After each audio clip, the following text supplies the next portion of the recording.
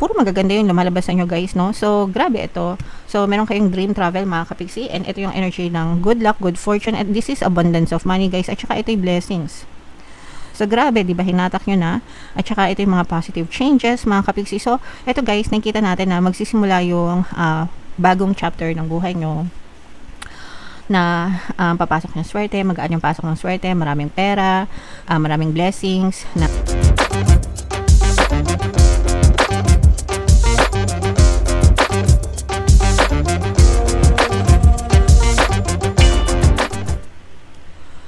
hello guys, hello Libra, welcome back to Pinay Pixie Tarot. Ang pamagat ng episode natin for tonight is fourth quarter kapalaran para ngayong October, November, December para sa Libra, Sun, Moon, Rising, Sign, and Venus. By the way guys, naka-upload na sa ating YouTube channel yung inyong 2026 pick a card kapalaran. Kung hindi nyo pa napapanood guys, punta lang kayo sa ating YouTube homepage mga kapixie. So, unahin natin to. Tingnan natin yung mga mensahe sa inyo, guys. Meron tayong woman holding a heart, mga kapigsi. For some of you guys, I'm sensing na medyo nagiging emotional or magiging emotional kayo, guys, ngayong bare months, no? Maaring may mga bagay or sitwasyon na medyo sad kayo, medyo nalulungkot kayo, medyo hindi kayo masaya guys, kaya medyo nagiging emotional kayo or sensitive, mga kapigsi. And okay lang yan guys, kasi may mga times na ganun talaga tayo, no? Hindi naman sa lahat ng oras ay masaya tayo, mga kapigsi. So yeah, embrace nyo lang yung emotion na yan. Umiyak kayo kung gusto nyo, diba? Mas okay na yan, mga kapigsi, kesa naman sa ma-depress, no? Minsan kasi kapag sinusuppress natin yung ating emosyon, yun yung nagiging dahilan kaya nade-depress tayo minsan guys, okay? Alright, so yung next message for you Libra, storm warning in reverse. Ito guys, ibig sabihin nito, maganda to, literally and figuratively speaking, mga kapigsi. Literally, ibig sabihin maaring may nagdaan na bagyo sa buhay nyo, or nasalanta kayo ng bagyo, ganyan, ngayong tag-ulan season. And sa bare months is maaari nang maging ma-okay yung inyong mga sitwasyon paunti-unti guys, okay? Ibig sabihin naka-recover na, nakabangon na ulit kayo, nakabawi na kayo. And ganun din, figuratively, pag sinabing bagyo, ito naman yung mga pagsubok, no? Pagsubok, problema, challenges. And for some of you guys, ibig sabihin, natatapos na yung mga problema na yon, nalalampasan nyo na, and nagiging ma-okay na yung inyong sitwasyon, guys. So, yun naman yung importante, yung makarecover kayo, mga kapiksi. Okay? And yung next message para sa inyo Libra, eto guys, ibig sabihin nito maaring may mga lumipas na opportunity, may mga na-miss kayo na opportunity sa buhay nyo, mga kapigsi. Kapag ka hindi kayo marunong kumilos or tatamad-tamad, ganyan, nagdadasal kayo, pero kapag dumating yung opportunity, hindi naman kayo kumikilos. So, lumilipas lang siya, guys. So, wag niyong hayaan na mapag-iwanan kayo ng mga opportunity. Kasi mga blessings, guys, na hinihiling nyo, pinagdadasal nyo, dumadating sa buhay natin yan in forms of opportunities. And then, tayo na yung bahalang mag-explore, magpalaganap ng mga opportunities na yun, guys. Okay? Right. So, yan yung message sa inyo. Kapag hindi kayo kumilos, guys, lalampas lang yung opportunity na yun sa buhay nyo. So, kailangan aktibo kayo, mga kapiksi. So, shuffle natin to guys. Hanapin natin yung energy ng Libra. Habang sinushuffle ko to, panoorin nyo muna yung video natin regarding sa ating paano mag-manifest ng abundance video course. Kapiksi, sawa ka na ba sa mga struggles at hirap sa buhay mo? Masipag ka ba at masikap sa buhay ngunit hindi ka pa rin umaasenso? Ilang beses ka na bang nag-attempt magnegosyo at mag-invest pero palagi ka pa rin nalulugi?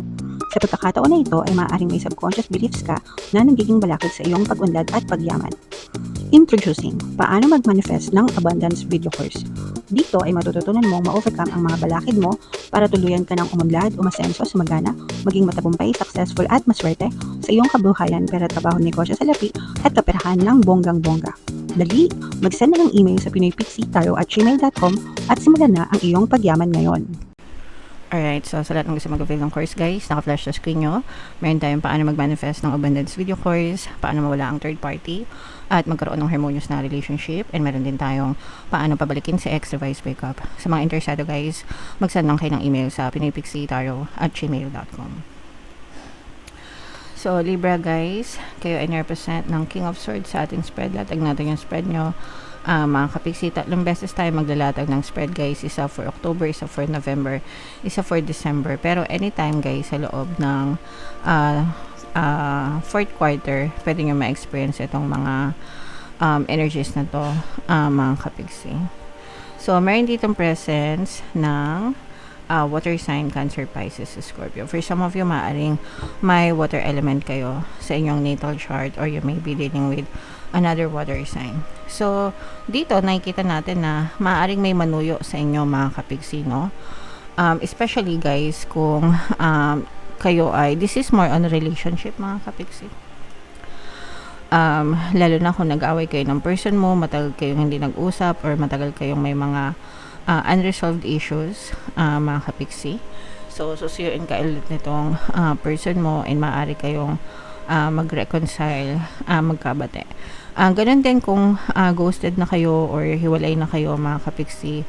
Kung hiwalay na, doesn't necessarily mean na makikipagbalikan, pero parang gusto niyang humingi ng tawad. Lalo na kung may kasalanan siya sa'yo, or malaki yung kasalanan niya sa inyo, mga kapiksi. Okay? So, yeah. Pakinggan nyo guys yung pampakonsensya subliminal, no? Kung gusto nyo silang humingi ng sorry sa inyo, pampabalisa, yan, pampabalisa at saka pampakonsensya. If ever na gusto nyo manghingi ng sorry sa inyo yung person nyo mga kapiksi. Alright? And dito naman sa kaperahan guys, meron kayong mga brand new idea na may isip or paplanuhin para sa inyong kaperahan, or para sa source of income, mga kapiksi. And this time, parang mas marami na kayong impormasyon na nag-gather, mas solid na yung mga plano nyo mga kapiksi, and i-consider nyo siya guys, no? Na gawin, i-consider nyo siya na i-implement para makadagdag sa inyong kaperahan. So, kung ano man yung plano nyo guys, no? Syempre, ang pagkakaiba ng taong nagwawagi sa taong nakakaalam ay nasa pagkilos. So, kahit na maganda yung plano nyo, kung di kayo kikilos, wala din. So, dapat kilosan nyo talaga guys. And in your case, nakikita naman natin na kikilos kayo. So, gora lang yan, Libra. Alright? Wow. So, this is the energy of good luck, good fortune, swerte. Tingnan natin guys kung anong mga swerte. Maaring may mga mag-travel sa inyo guys. Itong travel nyo guys, dream destination nyo ito. So, kung gusto nyo mag-travel sa Disneyland, sa Universal Studios, yeah, or kung saan man mga kapiksi, pero parang yan yung dream travel nyo, dream travel destination mga kapiksi. Puro magaganda yung lumalabas sa inyo guys, no? So, grabe ito. So, meron kayong dream travel mga kapiksi, and ito yung energy ng good luck, good fortune, and this is abundance of money guys, at saka ito yung blessings. So, grabe, di ba? Hinatak nyo na. At saka ito yung mga positive changes mga kapiksi. So, ito guys, nakikita natin na magsisimula yung bagong chapter ng buhay nyo, na papasok yung swerte, magaan yung pasok ng swerte, maraming pera, maraming blessings na dumadating sa inyo. Yung blessings naman guys, hindi lang yan form of, hindi lang sa money form yan, no? Maraming klase ng blessings, mga kapiksi, di ba? So, kayo, parang maraming klase ng blessings yung pwedeng pumasok sa inyo. At saka naka-experience talaga kayo ng mga swerte sa buhay nyo, guys. Okay? So, i-mind nyo na to, guys, no? Swerte, good luck, good fortune, money, money, money, money, money, money. At saka mga blessings na to. So, pagdating sa money, guys, palagi ko kayong in-encourage na mag-affirm. Money, money, come to me. Palagi ako may pera, palagi ako nagkakapera. I'm the king of abundance, I'm the queen of abundance. So, try nyo yun, mga kapiksi, para talagang gumaan yung pasok ng pera sa inyo. So, ito guys, nakikita din natin na magre-relax kayo, medyo magre-relax kayo ngayong bare months kasi nga yung iba sa inyo magta-travel. So, enjoy nyo lang. And kung meron kayong mga negosyo guys, magpa-prosper yung mga business nyo, no? So, ito guys, more money pa yung papasok sa inyo. Yan, grabe. Puro kashing-kashing mga kapiksi. Mamamanifest nyo talaga guys. Kung meron kayong mga minamanifest na, let's say for example, gusto nyo makahit ng 1 million savings account or 50,000 savings account, depende sa inyo mga kapiksi. Parang marireach nyo yung mga quota na yon, no? Marireach nyo yung mga quota na yon, marireach nyo mga goals na yon, mga kapiksi.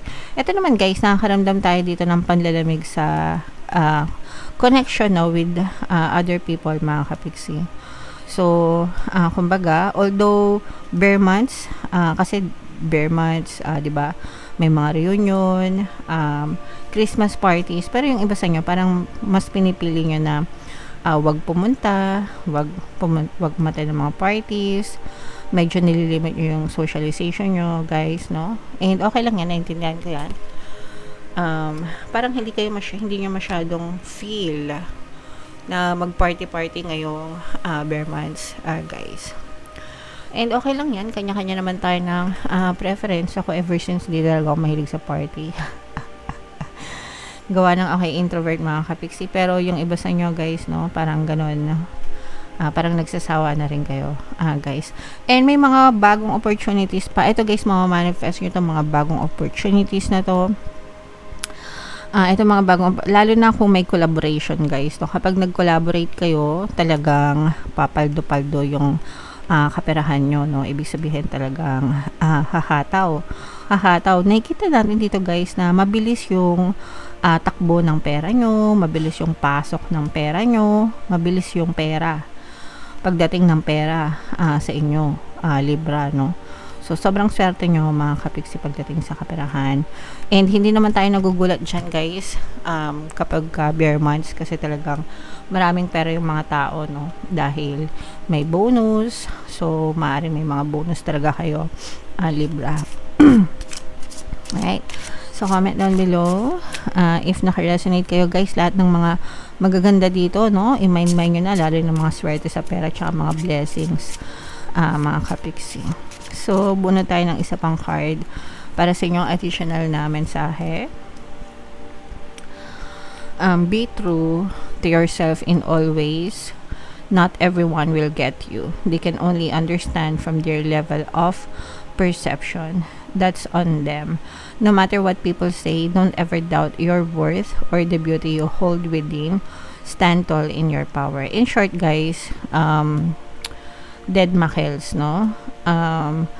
Magpakatotoo ka, kapiksi, kasi kahit naman gumawa ka ng mabuti or gumawa ka ng masama, people will see you just how they would like to perceive you. Pero it doesn't mean na you identify as that, okay? So, for example, wag na tayo magbigay ng example. Baka ma-flag pa tayo, lalo na ang init-init ng issue tungkol sa mga corrupt, no? But anyway, you don't need to bend for other people. We cannot please everybody, in short, guys, no? Hindi natin sila mapiplease lahat. Kahit na mabuti ka man or masama ka man sa kanila, they will still judge you no matter what. So, dead makels lang, mga kapiksi. Okay? Basta ikaw, alam mo kung sino ka and alam mo kung yung totoong ikaw. Alright. So, comment down below, Libra, if feeling nyo naka-resonate kayo dyan. Pwede nyo itong balik-balikan October, November, December para ma-refresh sa inyo yung readings. Ito yung ating 2026 kapalaran. Panoorin nyo na. Ito naman yung ating success stories ng paano mag-manifest ng abundance video course. Click here to subscribe, guys. Thank you for liking, sharing, and subscribing. See you next time. I love you all. Have a nice day. Bye-bye.